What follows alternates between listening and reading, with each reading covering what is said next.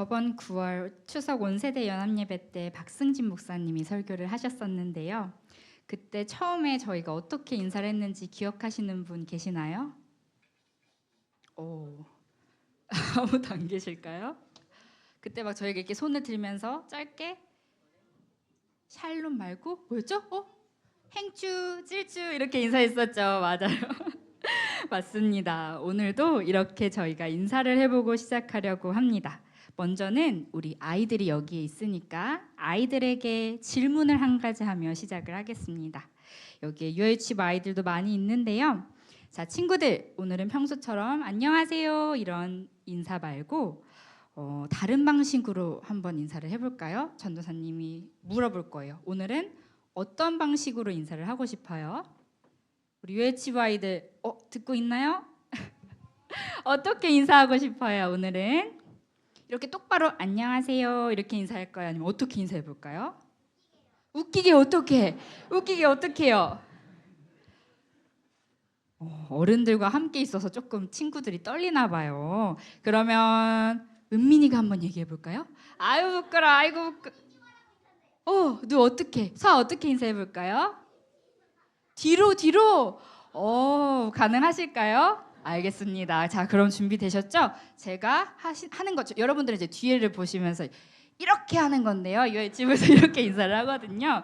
제 목소리를 따라 같이 이렇게 하면서 인사를 해보겠습니다. 저의 곁에 앉아주셔서 감사합니다. 함께 인사해 볼게요. 저의 곁에 앉아주셔서 감사합니다. 너무 잘하시네요. 저는 이렇게 매주 유아유치부 아이들과 인사로 예배를 시작합니다. 그리고 이렇게 오늘처럼 질문을 던집니다. 친구들, 오늘은 어떻게 인사를 해볼까요? 그러면 아까 어떤 아이가 얘기를 했던 것처럼 아주 독창적인 방법으로 인사를 하자고 말해요. 전도사님, 오늘은 이렇게 옆으로 인사해요. 아니면 이렇게 아까 했던 것처럼 뒤로 인사해요. 때로는 누워서 인사도 하고 눈 감고 인사도 하고 하늘을 보고 인사하기도 하고 커다란 하트를 그리며 인사를 하기도 합니다. 그중 가장 하기 어려우면서도 가장 재미있었던 인사는 저번 주에 민준이가 앞구르기를 하며 인사를 하자고 말했던 것입니다. 이렇게 아이들과 매주 다른 방식으로 인사를 하면 아이들의 그 신나는 눈망울과 그 까르르 하는 그 귀여운 웃음소리를 보고 들을 때 얼마나 귀엽고 사랑스러운지요. 이런 아이들의 모습을 보며 저는 생각합니다. 우리 유아유치부 아이들은 부모님께 사랑을 정말 많이 받고 살고 있구나. 그리고 그 신난 아이들을 보며 함께 웃으시는 우리 유아유치부 선생님들의 얼굴을 보면 선생님들 또한 아이들을 얼마나 귀여워하시고 사랑하시는지 보입니다. 우리 아이들은 이렇게 부모님께, 선생님들께, 그리고 교회 어른들에게 사랑을 듬뿍듬뿍 받으며 매일을 살아가고 자라갑니다. 저희 판교수만교회 교역자들끼리는 매주 금요일 오후 5시에 이 본당에서 묵상을 나누고 함께 기도하는 시간을 가집니다. 이 시간은 여러 가지 이야기가 나오기도 하고 다양한 사상도 과감하게 토론해 볼 수 있는 아주 즐거운 시간입니다. 특히 요즘은 요한계시록을 묵상하고 있기 때문에 더 흥미롭고 재미있는 이야기들이 오가는데요. 몇 주 전 한 전도사님이 사랑에 대해 묵상을 하며 이렇게 이야기했습니다. 자신의 아이를 어린이집에서 하원시키다가 아빠 추워요 이 한마디에 망설임 없이 자신의 옷을 벗어서 덮어줬는데 늘 하던 당연한 행동이 그날따라 사랑이라는 것이 무엇인지 자기에게 되게 크게 다가왔다라고 나누어 주셨습니다. 즉 부모님의 사랑이라는 것, 하나님의 사랑이라는 것을 각자에게 다양하게 때마다 다채롭게 우리에게 일상 속에서 알려주시는 것 같다라는 묵상이었습니다. 저는 이 설교를 준비하며 부모님의 사랑이란 무엇일까 고민을 많이 했어요. 저는 아직 아이가 없어서 부모로서 아이를 사랑하는 것에 대해서는 잘 알지 못하지만 그렇다면 나의 부모님은 어떠했나 라고 생각을 하며 저의 31년을 돌아봤습니다. 31년 동안 살아가며 정시온이라는 딸은 말을 잘 듣는 딸이었을까요? 아니요, 누구시죠? 누구시죠? 근데 맞습니다. 저는 엄마가 하지 말라는 건 골라서 하고, 먹거나 자고 있을 때가 아닌데도 조용할 때 엄마가 이상해서 가보면 조용히 사고치고 있는데, 그리고 엄마 몰래 교복 치마를 야금야금 3cm씩 줄이던 그런 딸이었습니다. 물론 지금 저의 모습을 보시는 분들은 아마 이런 말을 이렇게 하는 저의 모습이 상상이 잘 가시지 않겠지만, 그 당시에는 잘못도 참 많이 하고 그걸 들켜 어머니에게 크게 혼났던 적도 많았습니다. 그리고 아버지에게 있어서 저는 자기가 하기 귀찮은 것, 힘든 것을 애교로 무마하며 아빠에게로 슬쩍슬쩍 넘기는 그런 꾀부리는 딸이었습니다. 부모님은 이러한 저를 키우며 어떠한 생각을 하셨을까요? 어머니께서 너는 나중에 결혼해서 꼭 너 같은 딸 하나 낳아봐라 라는 축복의 말씀을 저에게 종종 하셨던 것으로 보아, 아마 자녀인이 귀엽고 예쁠 때도 있지만 가끔이 아닐지도 모르죠. 자주 화가 너무 많이 나 포기하고 싶은 순간도 있지 않았을까 하는 생각이 듭니다.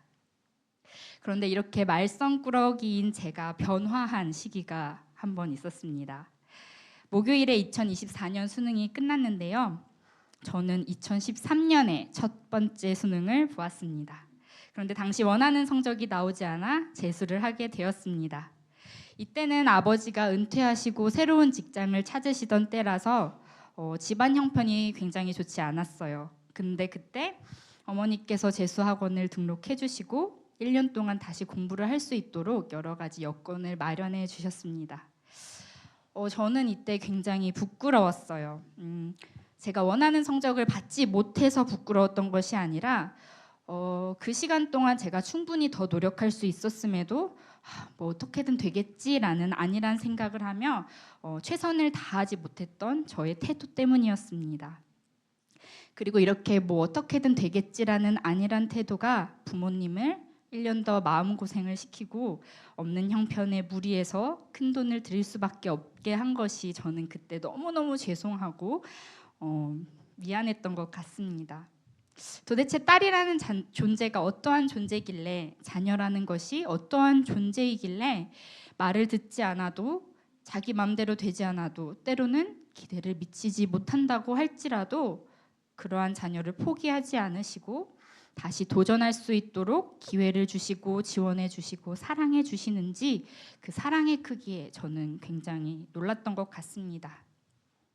물론 저는 이전에도 부모님께서 저를 매우 사랑하신다는 것을 알았지만 그 사랑을 너무나도 당연하게 받으며 살아왔습니다.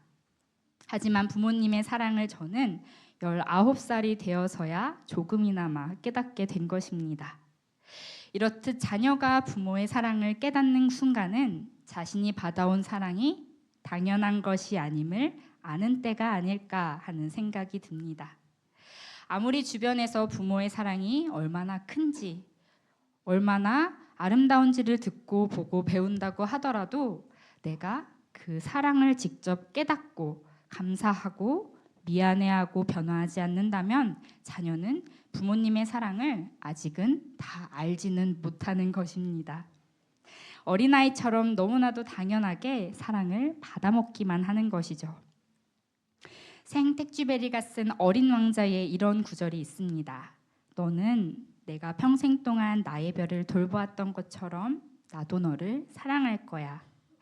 너가 나에게 어떠한 별이 되어도 나는 너를 사랑할 거야. 이 말은 B612번 소행성으로 다시 돌아온 어린 왕자에게 장미가 했던 말입니다. 이 장미와 어린 왕자의 관계에 대해서는 여러 가지 해석들이 있지만 저는 이들의 관계를 부모와 자녀의 관계로 보았습니다. 왜냐하면 부모는 자녀가 어떠한 모습이든지 변함없이 무조건적으로 사랑하기 때문입니다. 어쩌면 이것이 부모님이 자녀에게 주는 사랑의 본질이 아닐까요? 세상에는 정말 예쁘고 귀여운 수많은 아이들이 존재하지만 부모가 가장 사랑하는 아이는 바로 나의 아이입니다. 그렇다면 하나님에게 있어서도 우리 한 명 한 명은 사랑하지 않을 수 없는 정말 소중한 자녀가 아닌가요? 부모의 사랑이 무조건적인 사랑이라고 한다면 하나님의 사랑이야말로 그 어떤 부모보다도 더 크고 무조건적이고 변함없는 사랑이 아닙니까? 에베소서 5장 1절을 보면 바울은 우리에게 사랑을 받는 자녀답게 하나님을 본받는 사람이 되라라고 말하고 있습니다. 여기서 본받는 사람의 헬라어인 미메테스는 흉내를 잘 내는 사람에서 유래된 말로 모방자라는 뜻을 가집니다. 이 단어는 신약 성경에서 인간을 본받는다라는 뜻으로 주로 사용이 되었습니다. 그런데 오늘 말씀에서는 하나님을 본받는다라는 뜻으로 쓰이고 있습니다. 즉 그리스도인은 하나님의 사랑을 듬뿍 받는 자녀로 마치 어린아이가 그 부모를 모방하듯이 하나님 아버지의 거룩하심과 사랑을 모방하며 닮아가야 한다는 것입니다. 어린아이들은 부모를 모방합니다. 매일을 부모님과 오랜 시간을 보내며 부모님의 행동, 부모님의 언어, 부모님의 식성과 습관이 몸에 자연스럽게 배어 들어갑니다.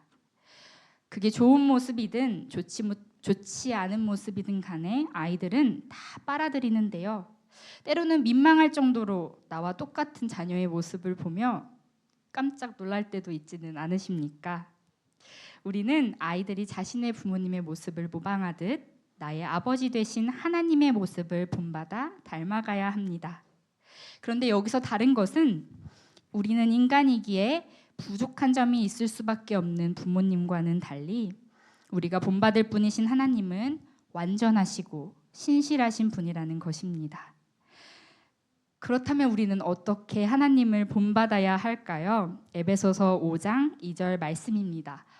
우리 한 목소리로 함께 읽어볼까요?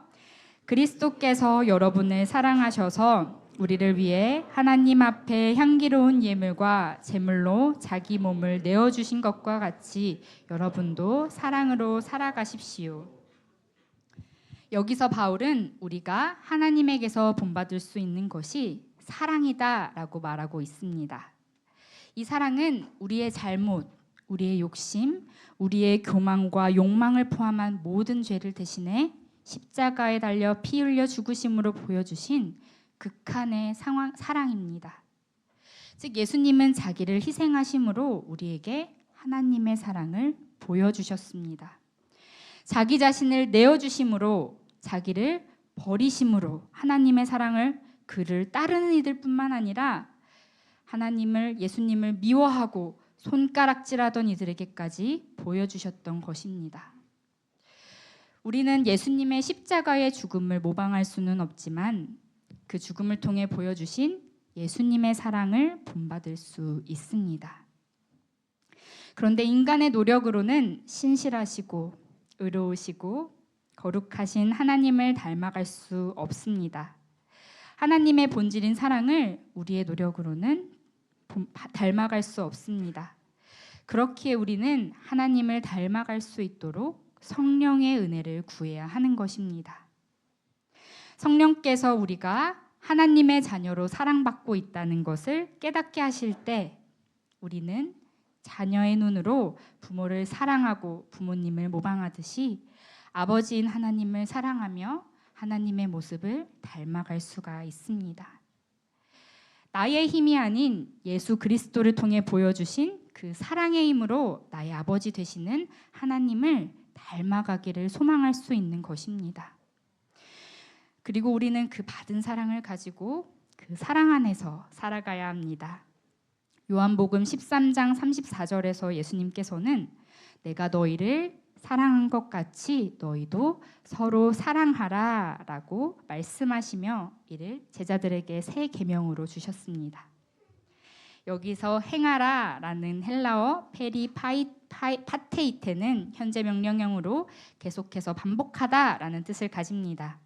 즉 예수님께서는 자신의 사랑을 본받아 계속해서 행하고 실천하라고 우리에게 말씀하고 계신 것입니다. 이제 말씀을 맺겠습니다. 오늘 소년부 소망 찬양팀과 함께 불렀던 찬양들 중에 제가 참 좋아하는 찬양이 있었습니다. 그 가사를 곱씹어 보면 한 해를 돌아보며 내가 누려왔던 것, 내가 지나왔던 모든 시간, 내가 걸어왔던 모든 순간이 당연한 것이 아님을 보게 됩니다. 나의 삶에 있어서 당연한 것은 단 하나도 없었다는 말입니다.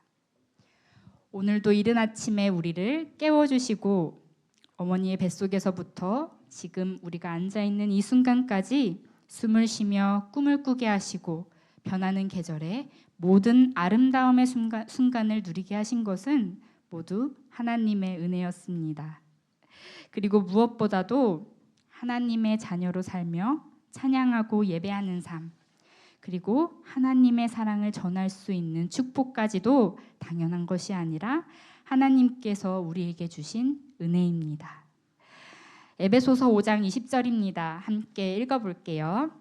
모든 일에 언제나 우리 주 예수 그리스도의 이름으로 하나님 아버지께 감사를 드리십시오.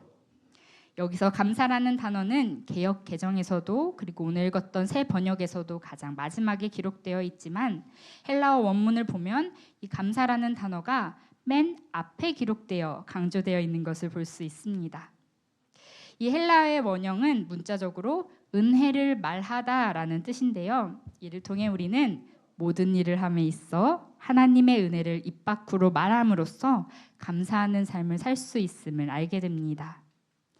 나의 삶의 모든 것, 심지어는 나의 호흡까지도 주관하시는 하나님의 은혜를 숨쉬듯이 늘 입 밖으로 내뱉으며 감사하는 우리가 되기를 소망합니다. 그리고 꼭 기억하시기를 바랍니다. 하나님께서는 우리 모두를 하나님의 자녀로 삼아주시고 사랑하신다는 것을 말입니다. 그리고 하나님의 사랑을 우리가 깨닫게 되었다면 그 사랑을 당연시 여기며 받아먹는 그 어린아이에서 벗어나 하나님의 모습을 닮아가려 노력하고 구하는 우리가 되었으면 좋겠습니다. 그 어떤 부모보다도 더 큰 사랑으로 품어주시고 채워주시고 인도해주시는 하나님께 감사를 올려드리며 하나님을 본받아 예수 그리스도를 통해 보여주신 그 크신 사랑을 나의 가족과 판교소망 공동체와 이웃에게까지 나누는 우리가 되기를 간절히 소망합니다. 기도하겠습니다. 우리의 근원이 되시고 우리를 늘 사랑해 주시는 하나님, 오늘도 아침에 눈을 뜨게 하시고 하나님의 자녀로 살아갈 수 있도록 자녀 삼아 주셔서 정말로 감사드립니다. 추수감사주의를 맞아 한 해를 돌아봅니다. 나의 삶 가운데에 하나님의 손길이 닿지 않은 곳이 어디에도 없음을 다시 한번 보게 됩니다. 우리가 사랑받는 하나님의 자녀라는 사실을 늘 기억하며 숨을 쉬듯이 감사의 찬양을 늘 입 밖으로 흘려보내는 우리가 되게 하여 주시옵소서.